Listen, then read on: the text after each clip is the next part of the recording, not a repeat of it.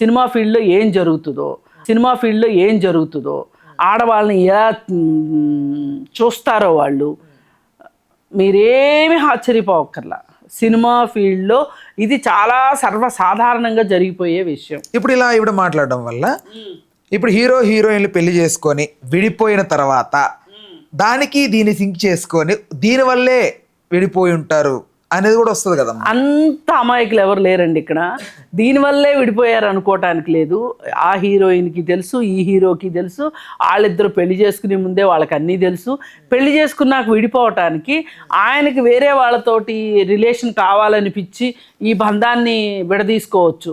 ఆయన ఎందుకు విడిపోవాలనుకుంటున్నాడు? 40 లక్షలు అడుగుతుందంట కదా. అవును, నెలకు 40 లక్షలు అడుగుతుంది. ఎందుకు ఇవ్వకూడదు? ఎందుకు ఇవ్వాలమ్మా 40? అసలు ఇప్పుడు ఏ భార్య భర్త అయినా సరే, అంటే ఏ పెళ్లి చేసుకోబోయే వాళ్ళైనా సరే, ఇది రేపే విడిపోతాము, లేదు 3 నెలల తర్వాత విడిపోతాము, 6 నెలలు విడిపోతాము అని ఏమైనా కాంట్రాక్ట్ మ్యారేజ్లు చేసుకుంటారా? ఎందుకు పిల్లల్ని కన్న తర్వాత నీకు ఇంకొక మనిషి దొరికినట్లుగా ఈ పిల్లల తల్లికి ఇంకొకరు దొరుకుతారా?